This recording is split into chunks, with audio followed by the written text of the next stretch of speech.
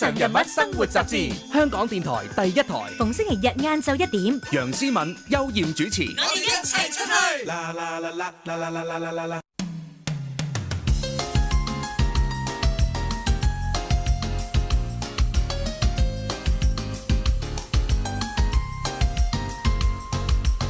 今日嘅非常人物生活雜誌咧，請嚟嘅嘉賓啊，係兩位媽媽嘅，一位呢，就係親和藝術慈善基金嘅創辦人 Minnie 陳幸儀啦。咁佢哋嘅呢個慈善基金呢，就辦咗一個 SEN 學童進步獎。咁我哋亦都請咗其中一位得獎者趙祖正嘅媽媽李秀芳 Joyce 嘅。咁上半節呢，其實都即係阿 Joyce 都即係介紹咗啦，祖正自閉症啦，中度智障，而家18歲噶啦。2021年尾嘅時候呢，就確診克隆氏症。咁就個狀態係差到，因為腸穿咗咧，就其實喺 ICU 都住咗成個月嘅。咁啊，一度醫生話啊，你做定心理準備啦咁樣。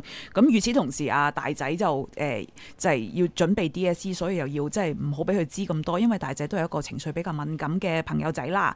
咁所以咧，即係成件事聽得出啦，真係好難捱。咁我哋 fast forward 啦，即係快進少少，到阿祖正情況穩定咗之後，其實佢又面對另一個難關喎。係嘛？因為佢一路都係插胃喉啊，咁變咗佢好返狀態好啲嘅時候，咁原來要重新學過吞嘢啊，食嘢啊，連坐啊、企啊、行，原來都要重新學過晒嘅。咁我自己都要學陪埋佢一齊，因為學插胃喉嗰度可能有機會唔係咁快可以吞咽到，咁就要我自己都要學識點換啦。同埋佢因為個小腸即係大腸嗰度咁樣太多發炎地方啦，咁最終都係要開個造口嘅。咁我亦都係要翻去醫院嗰度學點樣去更換造口袋啊。咁就淨係學呢啲都3-4個月噶啦，我足足要學咗係相當專業又困難嗰件事，可能我自己亦都係笨手笨腳咯。咁即係都係好跌宕喺嗰個情況喺醫院啊，自己都偷偷喊啊。咁即係啲姑娘啊都好鼓勵我哋啊，即係唔緊要嘅，慢慢學啦。即係咁，我見到祖正都係好努力嘅。每次物理治療師嚟扶佢嘅時候，咁佢都係慢慢坐起身，即係都需要儀器幫佢。其實坐都坐唔到啊，其實因為太瘦啦。原來係你係支撐唔到自己啊，係要靠機器去吊起你。我諗27歲，佢16歲定15歲啦，當時應該冇乜肌肉症啊，應該27公斤嘅話。係啊，係好得人驚啊！其實真係即係骷髏骨咁啊！其實可以想像到就係真係似一個活生生嘅骷髏骨咁。但係過咗危險期，經叫做係唞一口氣咯。咁醫生即係話會慢慢康復嘅，一步一步啦，即係咁樣。你話你成個觀察住佢一路康復嘅時間，即係佢都停學停咗1年，跟住先再返學啦。而家仲係個造口仲係喺度嘅，即係未可以完全話唔係叫做完全康復晒嘅。即係你形容你望住佢，佢係一個生命鬥士。你幾時有呢種感覺㗎？因為我覺得佢喺醫院期間，佢去要學行路啊，學行樓梯啊，一級一級啊，學坐啊，佢係冇扭計過嘅。咁我覺得佢比我想象中更堅強。雖然佢唔識得表達，但係我睇到佢即係嗰個努力啊，令到我自己都要更加努力啊，因為佢比我更難受。其實。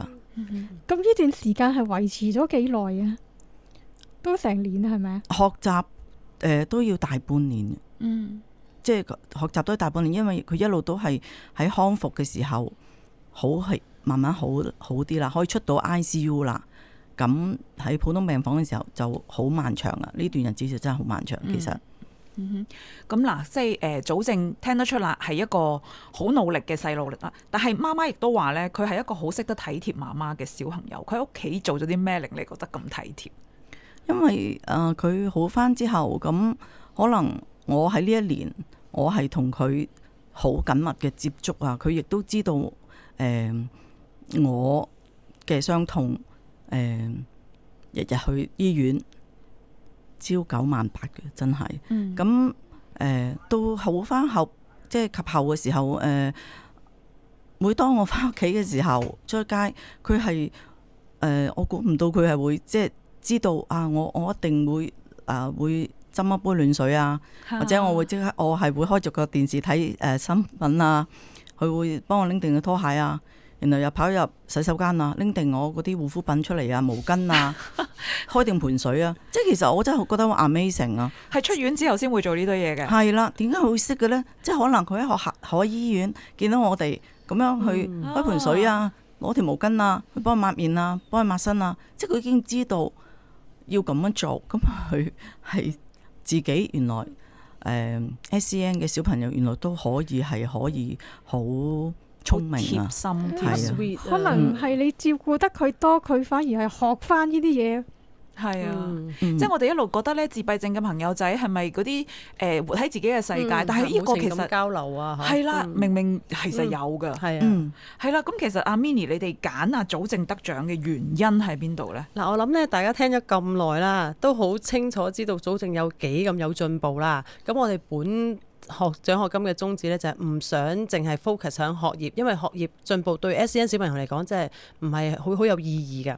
咁反而我哋覺得其他項目上面有進步就得㗎啦。咁祖正係一個正一個好好嘅例子，因為其實好多 SEN 小朋友都要做治療㗎嘛。咁其實做治療就係都要好講求進步啦。咁睇到晒啦，祖正頭先嗰個故事。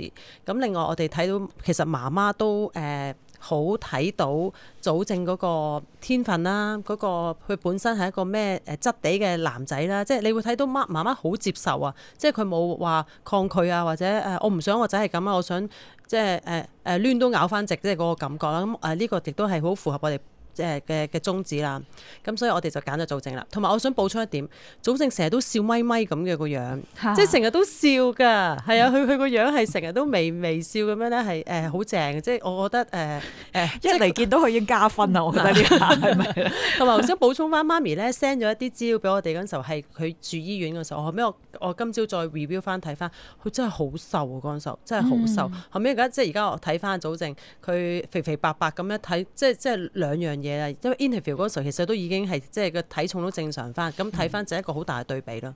其實真係講真，我覺得呢個學童進步獎都係俾媽媽嘅一個嘉獎嚟嘅，真係，因為可以將一個即係活嘅骷髏頭係嘛，可以餵翻佢肥肥白白，照顧到佢有而家呢個康復嘅狀態。媽媽嘅努力一定係需要被認可㗎。係啊，所以不愧係攞到呢個獎啊！咁仲有其他嘅得獎者咧，因為話會有10個㗎嘛，咁其他古仔又會有冇啲分享下？係我哋咧就除咗鼓勵家長睇到佢哋嘅進步之外啦，其實細路仔好大部分時間都喺學校啦，或者喺其他唔同嘅社區中心學嘢咁樣。其實我哋都好鼓勵咧，老師同其他嘅教育者啦、社工啊，都睇到佢哋嘅進步嘅。咁我哋另外有個學生咧，即係有個得獎者咧，就係由學校推薦佢過嚟，即係佢可能屋企嘅支持比較薄弱啲啦。咁學校都睇到佢有呢個症狀，同埋見到佢有進步，咁跟住就推薦佢入嚟申請，跟住後尾去到得獎啦。即係我想講嘅就係唔係淨係家長要做到睇到佢嘅進步咯。其實一個小朋友固之然可以再進步啲咧，其實老師社工或者爸爸媽媽見到佢哋進步，話俾佢哋聽，其實都已經係一個好大嘅肯定咯。咁仲有冇啲你印象好深嘅故事有得分享？有啲咧就係嚟自唔同界別嘅。咁我而家講緊呢個咧就係第一屆嘅得獎者嚟嘅。佢令我好留下深刻印象咧，頭先我哋講嘅，佢係一個自閉症嘅小朋友啦。大家都以為自閉症嘅小朋友就係社交唔好啦、冇朋友啦、唔識講嘢啦、其實即係唔理人感受嗰啲咁樣啦。但係佢個故事又好感人嘅，就係佢每一日咧都固定咁搭一個小巴翻屋企嘅。跟住咧就產生咗同司機叔叔產生咗一個小巴情緣啦。咁咧就佢哋開始，即係知好多自閉症小朋友對於車啊嗰啲嘢好有興趣啊嘛嚇。跟住咧就開始同阿小巴司機開始傾偈啦。跟住傾到咁上下咧，仲可以知道人哋嘅生日日期，記得，跟住咧早一日仲要畫生日卡送俾阿小巴司機黃叔叔，即係佢媽咪話俾我聽。跟住仲要個小巴司機咧又得閒又會整碗老火湯俾佢拎翻屋企飲。好有愛啊呢件事。係啊，咁跟住佢飲完之後咧，佢阿媽話：點解突然間你會有湯飲嘅？跟住佢就話：小巴司機俾我㗎咁。跟住飲完之後咧，佢又會 WhatsApp 話翻俾人哋聽，碗湯好好飲啊！即係嗰啲，即係你想象之中嘅佢哋唔識交流啊，冇朋友啊，媽咪嘅擔心啊，其實你會就睇到其實呢個故事好勵志，亦都即係令到你好放心。其實小朋友總有佢自己嘅出路嘅，就係睇下你。即係睇下你願唔願意俾佢去試，同埋你會唔會覺得其實小巴司機點會係你嘅朋友啊？你而家揾翻啲同齡嘅，即係明唔明我講咩？即係好多時候我哋都好多限制佢，但係其實佢哋就係照自己探索咯。喂，即係照阿 Minnie 咁講咧，其實家長都要有少少都要放心啲，放下手。如果話唔好同佢講啊，司機叔叔呃你嘅，咁就弊啦。係啊，即係你要讓佢自己去即係探索翻去屬於佢世界嘅嘢咯。係嗱，咁我想知道咧，攞咗你哋呢個 SEN 學童進步獎之後咧，即係當然會有一部分係即係現金嘅一個獎勵啦。咁但係其實仲會有啲咩支援係俾到呢啲屋企嘅？你哋會有啲咩跟進㗎？咁每位得獎者咧都會有3000蚊嘅獎金嘅。咁跟住我哋另外咧就係有一啲類似配對服務啦，即係譬如假設呢個小朋友咧就需要一啲嘅治療，譬如假設佢需要言語治療，咁睇下我手頭上有冇一啲言語治療師肯做一啲即係charity case。咁我哋就會咁樣同佢配對翻，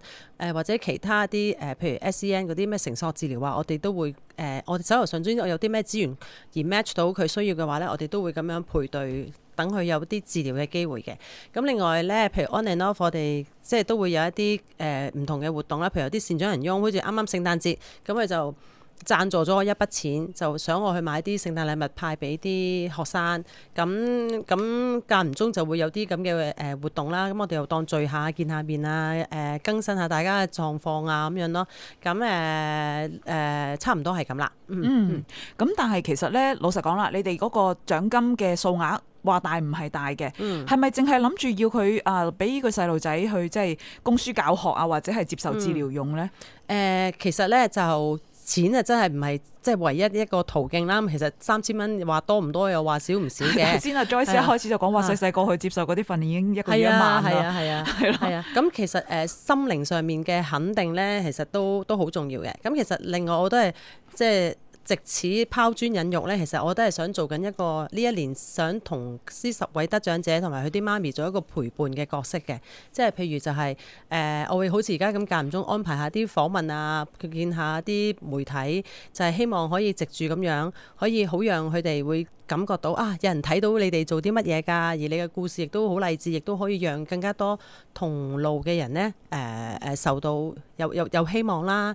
咁其實我覺得咁樣讓啲小朋友去參與呢個訪問，又或者媽咪都去參與訪問呢，其實佢哋嘅有新鮮感啦，亦都覺得好刺激啦，又踏出到自己嘅舒適圈啦。咁呢啲亦都係正我哋好想即係讓大家知道嘅嘢，就係其實爸爸媽媽有進步，你嘅小朋友先會有進步嘅，即係好難即係好難你乜都唔做，而個小朋友又感覺到你有唔同啊咁樣噶嘛。咁譬如頭先個媽咪嘅例子講，就係佢去照顧得咁好嘅小朋友，個小朋友都學到啦，係咪？好啦，咁即係你勇敢咁踏出你嘅舒適圈，咁你嘅小朋友睇到，其實佢哋都會跟住會做咯。咁其實 Joyce 即係都要問翻你一樣嘢，我諗好多人聽到而家就會啦，你又單親媽咪，咁早症又自閉症啦，又一度病得咁嚴重啦，而與此同時，其實早症哥哥咧就即係又都即係有呢個抑鬱症啦。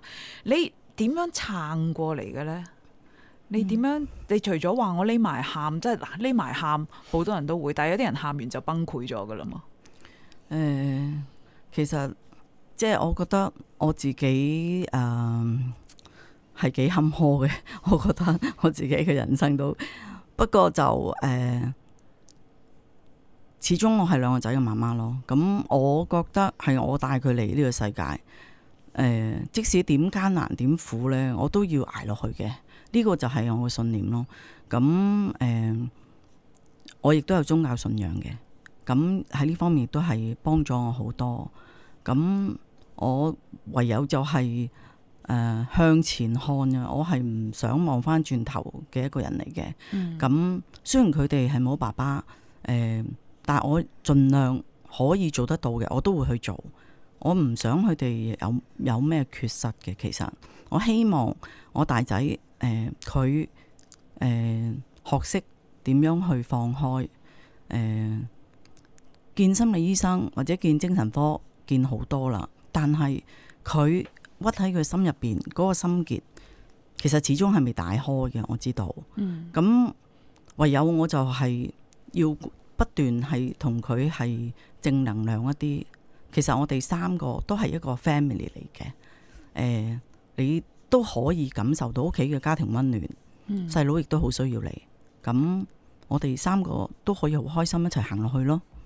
或者可唔可以補充下？我睇到阿媽媽呢，佢係有一種好接受啊，即係佢頭先雖然話佢自己嘅生命好坎坷，但我睇到佢好接受，即係上天安排俾佢生命裏邊所發生嘅每一件事，即係佢冇話投訴啊或者抱怨啊，佢反而就係好坦然嘅。係啊，係接受咁樣啊，咁我就睇下點樣去應對啦，點樣去揾方法去處理啦，唔發生都發生咗，即係佢俾我感覺就係唔發生都發生咗啦，咁仲可以點呢？咁不如我哋即係睇下點樣可以諗辦法啦，係啦，即係我覺得呢個都係一個好當下或者係好正面嘅方法咯。係諗住點樣盡量去做好佢。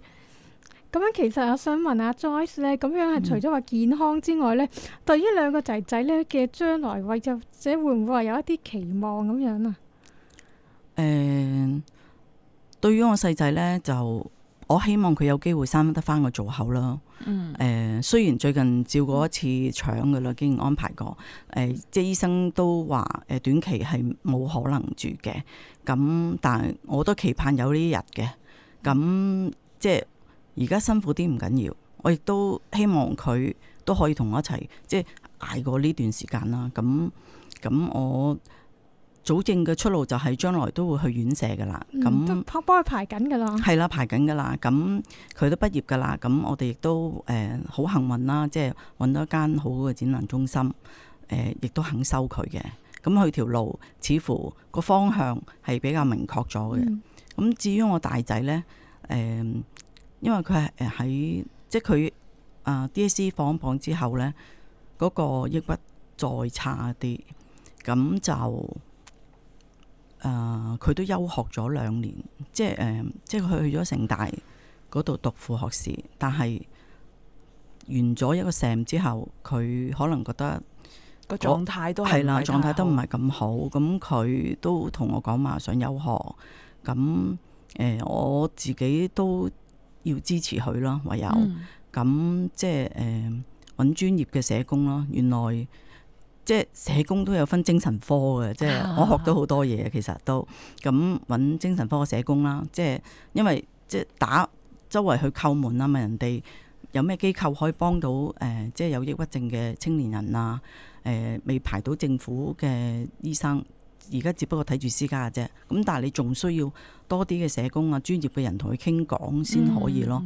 咁我亦都係盡量去開解佢，我自己亦都係即係同佢，即係我自己要以身作則，就係話，就算有幾艱難，或者你人生有少少缺失，其實你都可以活得好開心，你都可以有翻你自己嘅人生嘅。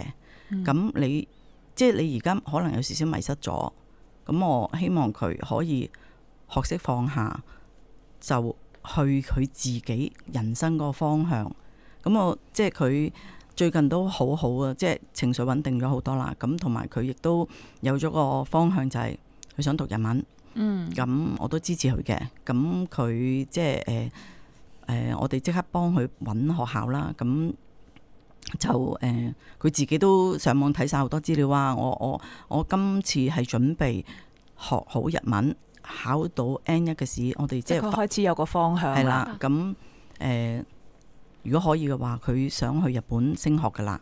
咁我都係好開心嘅，即係起碼佢有咗個方向呢。咁佢就即係佢可以慢慢行翻條人生嘅正軌啊！我覺得佢係咁好啦。其實即係由 Joyce 嘅故事啊 ，Minnie 你會唔會都可以即係抽到一啲少少嘅點講呢 tips 俾我哋，點樣先至可以做到一家人有親和呢？唔好去到藝術咁高境界住啦。其實呢，我哋個英文名呢係由2個英文字組成嘅，就係 family 同 relationship。我哋嘅相信呢，就係屋企係所有關係嘅基石，即係如果你屋企做得好呢，你個人就會親和力高，就會所有關係都好啦。咁我頭先喺阿 Joyce 嘅例子裏邊睇到呢，就係其實正正我哋屋企裏邊每個人嘅屋企裏邊都充滿住唔同嘅對話，即係其實每一日我都會同你講嘢啊，你同我爸爸媽媽講嘢啊，同仔女講嘢。其實我發現其實唔係好多人真係真正正識得同人傾偈啊。係啊。咁我自己感覺到咧，阿 Joyce 咧就係佢會願意聆聽孩子嘅難題或者困境，亦都願意即係讓佢去經歷呢一樣嘢啦。即係我諗俾住其他媽咪細仔就即係身體有問題，大仔係情緒有問題。我諗佢哋可能會好急，好想快啲好翻，你諗盡方法都想你快啲好翻。但我反而喺佢身上睇到一份寬容同埋接受啊！你經歷你要嘅時間啦，你嘅過程啦。我諗正每一個人都希望俾人接受嘅，即係無論我係好同唔好，都想人接受。咁可能呢一份都係一個力量，可以令到屋企感覺到你接受我咪好同你親近啲咯，可以傾多啲偈咯，就係咁樣咯。即係可能雖然個出發點都係好嘅，你希望你快啲好翻，但係嗰種嘅催促嗰種嘅有少少壓力喺度啊，真係對個關係係唔係咁好嘅。即係好似頭先佢淡然咁講啊，佢嘅學業嗰個問題，我諗好多家長都已經急到爆啦！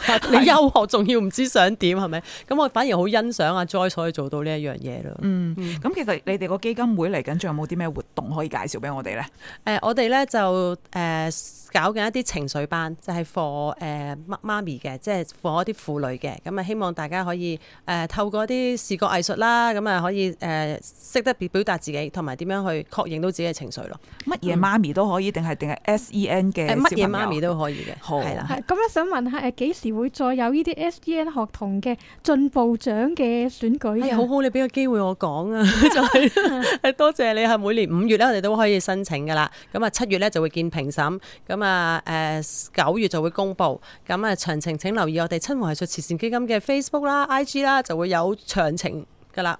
好，咁咧今日唔該晒，多謝晒兩位嘅分享啦，特別係阿 Joyce 咧，即係都將自己嘅故事講得好。我覺得真係好感人，咁希望阿 Joyce 嘅故事可以帶俾大家一份輕輕嘅鼓勵啦，或者亦都即係可以開啟到大家點樣去即係開始呢個親和嘅旅程啦。今日節目時間差唔多，拜拜。多謝晒，拜拜。拜拜。